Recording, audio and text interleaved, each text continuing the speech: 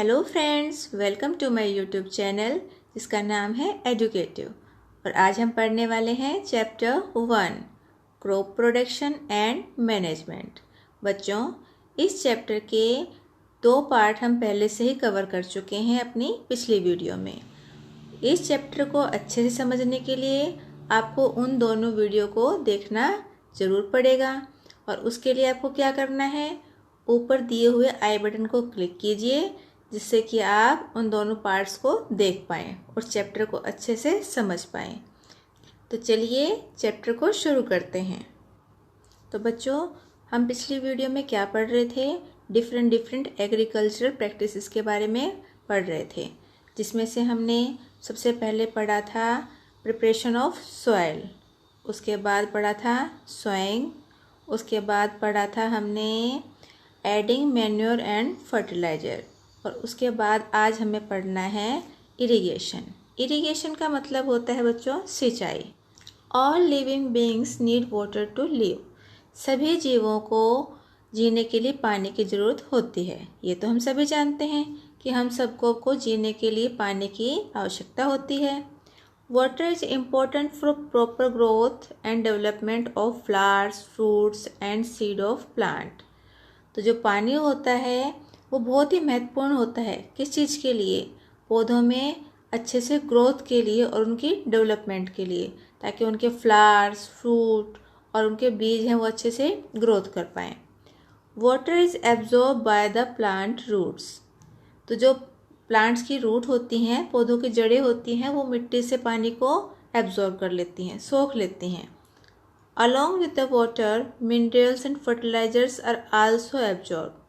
और पानी के साथ साथ और किस किस चीज़ को ऑब्जॉर्व करती हैं? मिनरल्स को, खनिज को, और फर्टिलाइजर्स को, यानी कि उर्वरक जो होता है उसमें खाद उर्वरक जो मिली होती है मिट्टी में, उसको भी एब्जॉर्ब कर लेती हैं। Plant contain nearly 90% water. जो पौधे होते हैं उनमें लगभग 90% पानी होता है। Water is essential because germination of seed does not take place under dry condition. पौधों के लिए पानी बहुत ज़रूरी होता है। क्यों बच्चों? क्योंकि जो जर्मिनेशन होता है वो पानी के बिना संभव नहीं हो पाता। जो बीजों का अंकुरण होता है वो पानी के बिना नहीं हो पाता, वो सूखी कंडीशन में, ड्राई कंडीशन में पॉसिबल नहीं है। Nutrients dissolve in water get transported to each part of the plant। तो जो पानी के अंदर डिजोल्व न्यूट्रिएंट्स होते हैं वो बाकी के सभी पार्ट्स में भी पहुंच जाते हैं। जो जड़ें उनकी सोखती हैं पानी, तो और बाकी के पार्ट्स में भी उनको पहुंचा देती हैं। Water also protects the crop from both Frost and hot air currents. और जो पानी होता है वो पौधों को जो पाला पड़ता है, जो बर्फ़ पड़ती है, पाला पड़ता है उससे, और बहुत ज़्यादा जो गर्मी पड़ती है उससे, दोनों से ही बचाता है। To maintain the moisture of the soil for healthy crop growth, field have to be water regularly.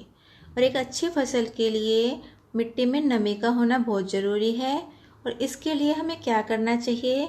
Regular interval पे खेतों में पानी देना चाहिए, जिससे कि सॉइल की जो मॉइस्चर है वो बनी रहे और अच्छी फसलें उत्पन्न हो सकें। The supply of water to crops at different intervals is called irrigation. भिन्न भिन्न अंतराल पर खेतों में जो पानी देना होता है वो क्या कहलाता है बच्चों? इरिगेशन कहलाता है, सिंचाई कहलाता है। The time and frequency of irrigation varies from crop to crop, soil to soil and season to season.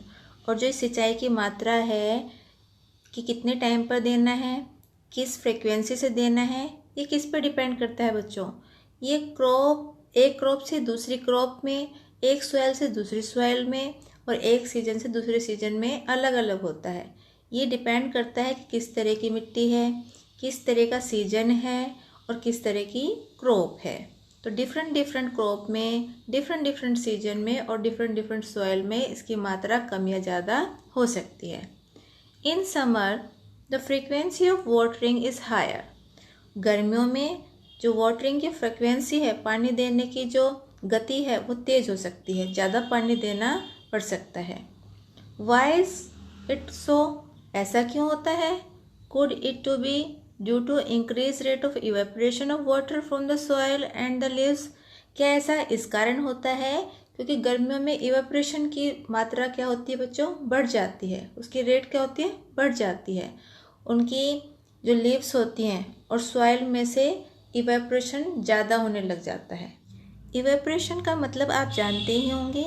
Evaporation को हिंदी में कहते हैं बच्चों वाष्पोत्सर्जन, यानी कि पानी धीरे धीरे भाप बनकर उड़ जाता है। तो ये जो फ्रीक्वेंसी रेट है ये गर्मियों में बढ़ जाती है। I am very careful this year about watering the plant. Last summer my plant dried up and dried. तो ये जो है बूझो, ये क्या कह रहा है, मैं इस साल अपने जो प्लांट हैं उनमें पानी देने के बारे में ज़्यादा सचेत हूँ, क्योंकि लास्ट जो पिछली गर्मियाँ थी उसमें मेरे अधिकतर प्लांट सूख गए थे और मर गए थे। कई बार आपने देखा होगा घर पे भी हम अगर प्लांट उगा लेते हैं और उसमें गर्मियों में पानी नहीं देते तो क्या हो जाता है बच्चों, वो मुरझाने लगते हैं और धीरे धीरे वो मर भी जाते हैं। तो इसके लिए हमें क्या करना चाहिए कि प्लांट्स को रेगुलर इंटरवल के बाद पानी देना चाहिए जिससे वो स्वस्थ रह सकें। अब है सोर्सेज ऑफ इरिगेशन, यानी कि सिंचाई के स्रोत। किस किस तरीके से हम पानी दे सकते हैं खेतों के अंदर। The sources of irrigation are wells, tubewell, ponds, lake, river, dams and canal. तो किस किस से लेके हम पानी दे सकते हैं बच्चों, वेल से यानी कि कुओं से, ट्यूबवेल से, पॉन्ड से तालाब से, लेक जो झीलें होती हैं, रिवर नदियाँ, डैम्स बांध और कैनल्स यानी कि नहरें। तो ये सभी क्या हैं बच्चों, स्रोत हैं हमारे सिंचाई के, जिनकी हेल्प से हम सिंचाई कर सकते हैं। अब देखिए बच्चों यहाँ क्या बताया हुआ है, ट्रेडिशनल मेथड्स। ये बच्चों किस चीज़ के ट्रेडिशनल मेथड हैं, सिंचाई के, यानी कि जो बहुत समय पहले से चलते आ रहे हैं वे मेथड बताए गए हैं। The water available in wells, lakes and canal is lifted up by different methods in different region for taking it to the field. भिन्न भिन्न क्षेत्रों में, विभिन्न क्षेत्रों में जो पानी होता है ट्यूबवेल में, लेक्स में, कैनल्स में, उनको खेतों तक पहुंचाने के अलग अलग तरीके हो सकते हैं। कैटल और human labour is used in this method. और इन तरीकों में किस किस का इस्तेमाल कर सकते हैं, मवेशियों का और मनुष्य जो लेबर होती हैं उनका भी इस्तेमाल किया जा सकता है। So these method are cheaper. इसलिए मेथड क्या हैं, सस्ते होते हैं। ये तरीके क्या हैं, सस्ते होते हैं। बट लेस एफिशिएंट, लेकिन कम कारगर होते हैं, कम दक्षतापूर्ण होते हैं। The various traditional ways are. तो ये ट्रेडिशनल वे कौन कौन से हैं बच्चों, चेन पंप, मोट, ढेकली और रहट। ये देखिए यहाँ पर हमें दिखाया गया है रहट और ये है चेन पंप। तो ट्रेडिशनल वेज के बाद अब देखते हैं मॉडर्न मेथड्स ऑफ इरिगेशन कौन कौन से हैं। Modern methods of irrigation help us to use water economically. जो आजकल के तरीके हैं, आधुनिक तरीके हैं वाटर को यूज़ करने के, वो बहुत ही इकोनॉमिकल हैं, यानी कि मितव्ययी हैं। The main method used are as follows. और जो मेन मेथड है यहाँ पर दिखाए हुए हैं, पहला है स्प्रिंकल सिस्टम और दूसरा है ड्रिप सिस्टम। तो देखते हैं क्या होते हैं स्प्रिंकल सिस्टम और ड्रिप सिस्टम। यहाँ इनकी पिक्चर तो दिखाई दे रही है आपको, अब इनके बारे में और जानकारी लेते हैं। तो सबसे पहले जानते हैं स्प्रिंकलर सिस्टम के बारे में। स्प्रिंकलर सिस्टम का मतलब है छिड़काव तंत्र। This system is more useful on the uneven land where sufficient water is not available.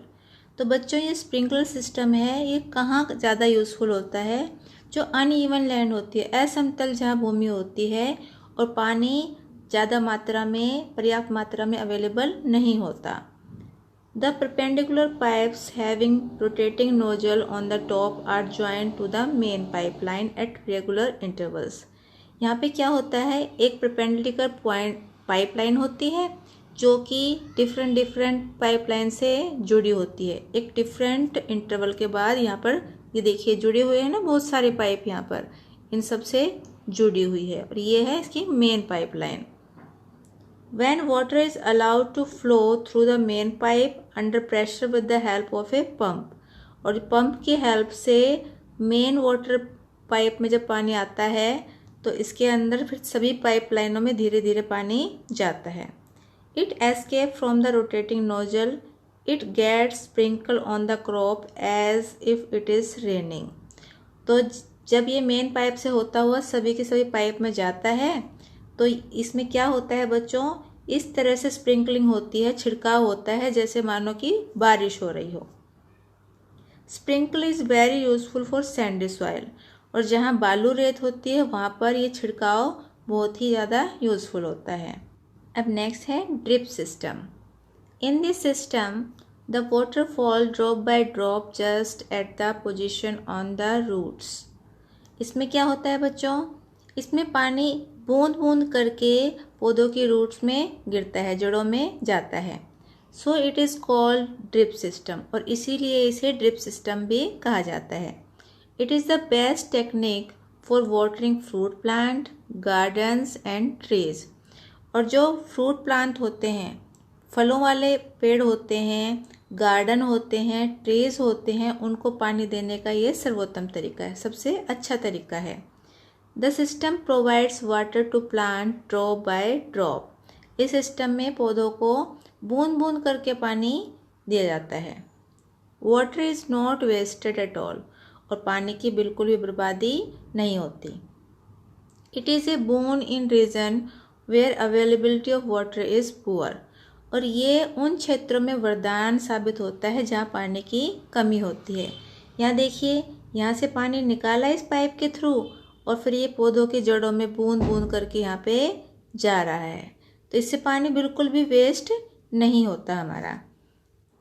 अब इरिगेशन के बाद नेक्स्ट स्टेप कौन सा है, प्रोटेक्शन फ्रॉम वीड्स.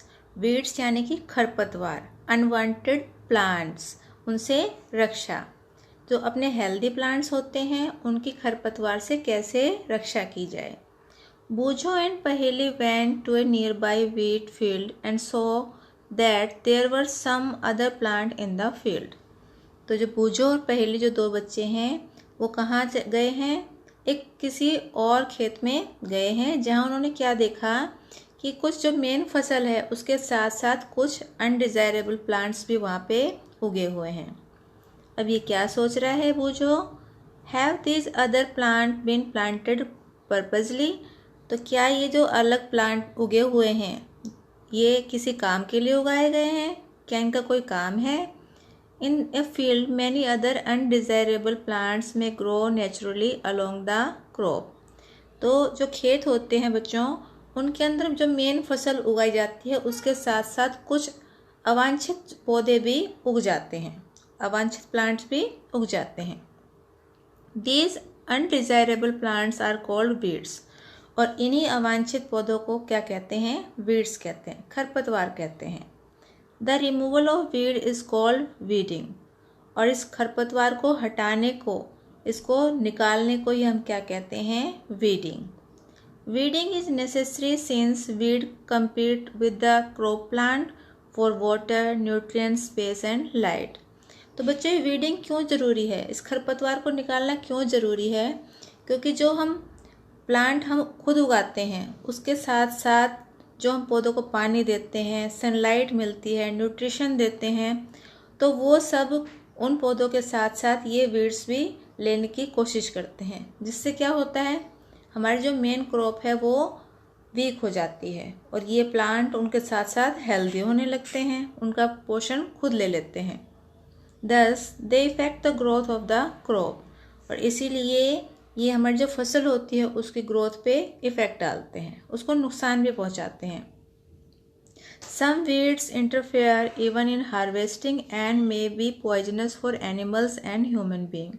और जब कटाई की जाती है उस टाइम भी कुछ जो वीड्स होते हैं वो काफ़ी प्रॉब्लम क्रिएट करते हैं, और यहाँ तक कि कुछ वीड्स तो जहरीले भी होते हैं जो कि एनिमल्स को और मनुष्य को भी नुकसान पहुँचाते हैं. Farmers adopt many ways to remove weeds and control their growth. और जो किसान होते हैं वो इन weeds की ग्रोथ को कंट्रोल करने के लिए बहुत सारे तरीके अपनाते हैं. Tilling before sowing of crop help in uprooting and killing of weeds. तो जुताई की जाती है मिट्टी की क्रॉप उगाने से पहले। उससे क्या होता है, या तो इनको अपरूट कर दिया जाता है, मतलब उखाड़ दिया जाता है, या उससे ये अपने आप ही मर जाते हैं। Which may then dry up and get mix with the soil. उसके बाद ये सूख जाते हैं और मिट्टी के अंदर मिक्स हो जाते हैं। The best time for the removal of weeds is before they produce flowers and seed. और सबसे अच्छा टाइम क्या कौन सा होता है बच्चों इस वीड को हटाने का, जब इसमें फल और बीज नहीं प्रोड्यूस हुए होते, उससे पहले इसको रिमूव कर देना चाहिए। The manual removal includes physical removal of weeds by uprooting और cutting them close to the ground. और मैनुअल रिमूवल में क्या होता है, इसको लोग खेतों में जाकर या तो कट कर देते हैं या जड़ के साथ ही इसको उखाड़ देते हैं। और कट भी कैसे करते हैं, ग्राउंड के बिल्कुल पास से उसको कट किया जाता है। फ्रॉम टाइम टू टाइम, समय के साथ साथ इसको कट करते रहते हैं। This is done with the help of a khurpi. और ये किसकी हेल्प से किया जाता है, खुरपी की हेल्प से कर सकते हैं।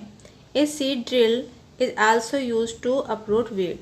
और इनको निकालने के लिए, खरपतवार को निकालने के सीड ड्रिल का उपयोग भी किया जा सकता है। Weeds are also controlled by using certain chemicals called weedicide.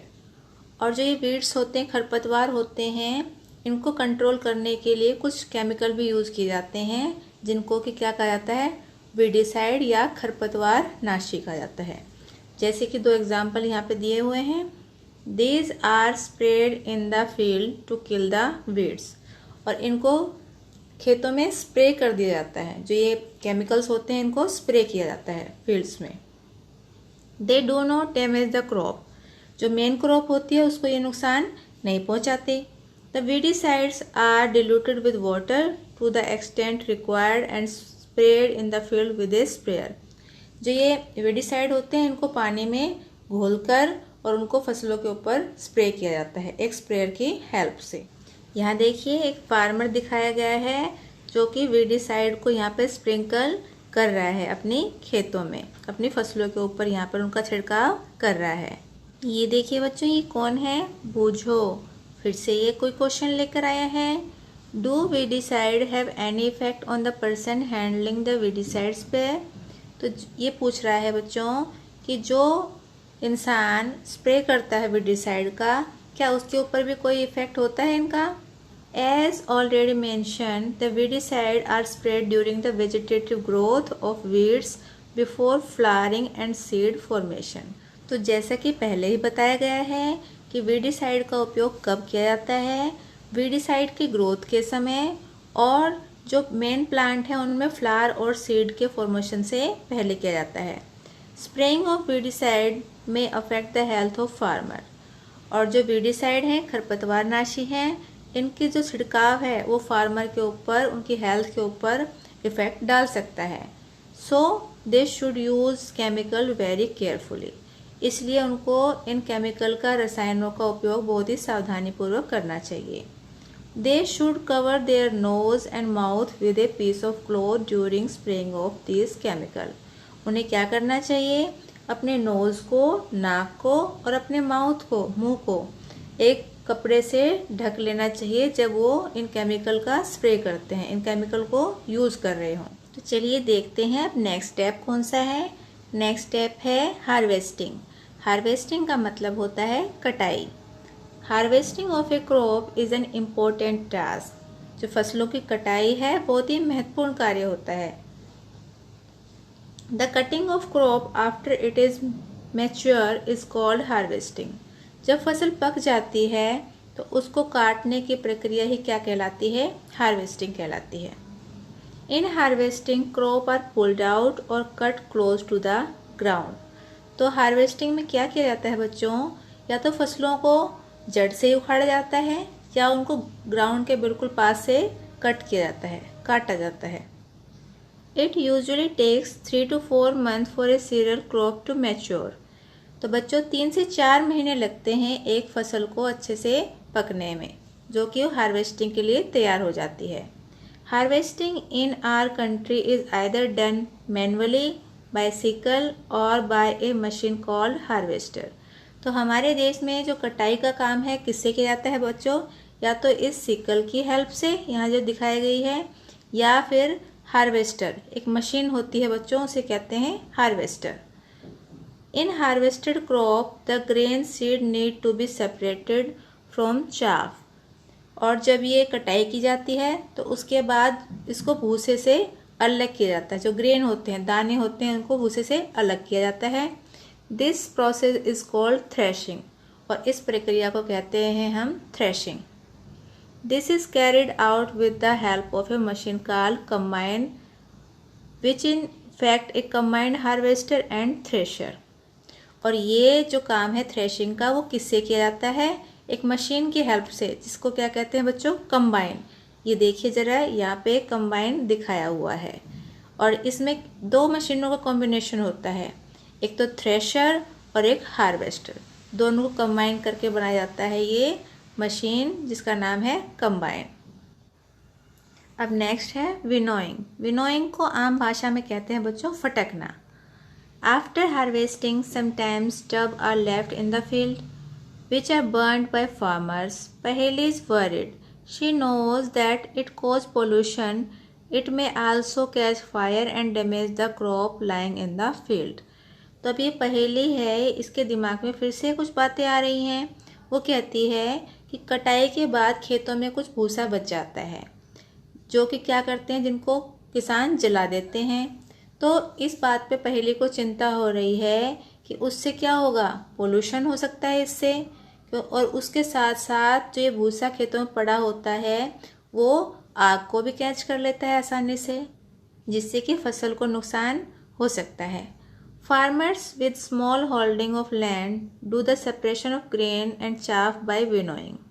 You have already studies this in class 6। तो जिन किसानों के पास छोटे छोटे खेत होते हैं, छोटी छोटी भूमि होती है, वो ये ग्रेन और चाफ को सेपरेशन करने के लिए कौन सी विधि अपनाते हैं बच्चों? विनोइंग, यानी फटकने की विधि अपनाते हैं। ये है विनोइंग की मशीन, जो कि ये फार्मर्स यूज़ करते हैं। तो इसके बारे में आपने 6 क्लास में पहले से पढ़ा हुआ है, तो इसलिए आप सब जानते भी होंगे कि विनोइंग कैसे की जाती है। अब कटाई के बाद नेक्स्ट स्टेप आता है स्टोरेज। स्टोरेज क्या होता है बच्चों? भंडारण। Storage of produce is an important task.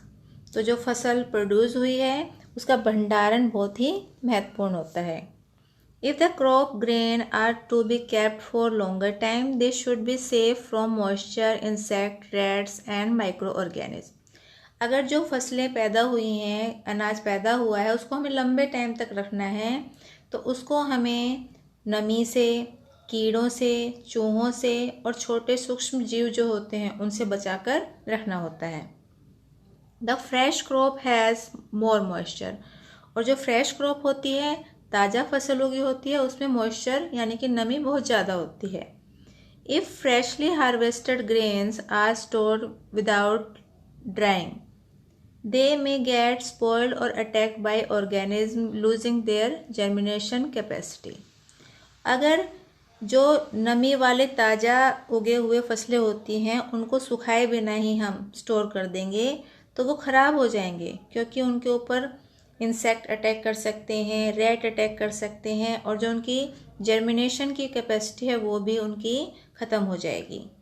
Hence before storing them the grains are properly dried in the sun to reduce the moisture in them. तो इसलिए क्या करते हैं बच्चों, स्टोर करने से पहले, जो अनाज होता है उसको स्टोर करने से पहले धूप में अच्छे से सुखा लेते हैं, जिससे कि उनका मॉइस्चर, नमी कम हो जाए। This prevent the attack by insect pest, bacteria and fungi. इससे क्या होगा, उनके ऊपर कीड़े मकोड़ों का, छोटे बैक्टीरिया का, जो फंजाई हैं उनका अटैक कम होगा। Farmers store grain in jute bags और मेटालिक बिन्स।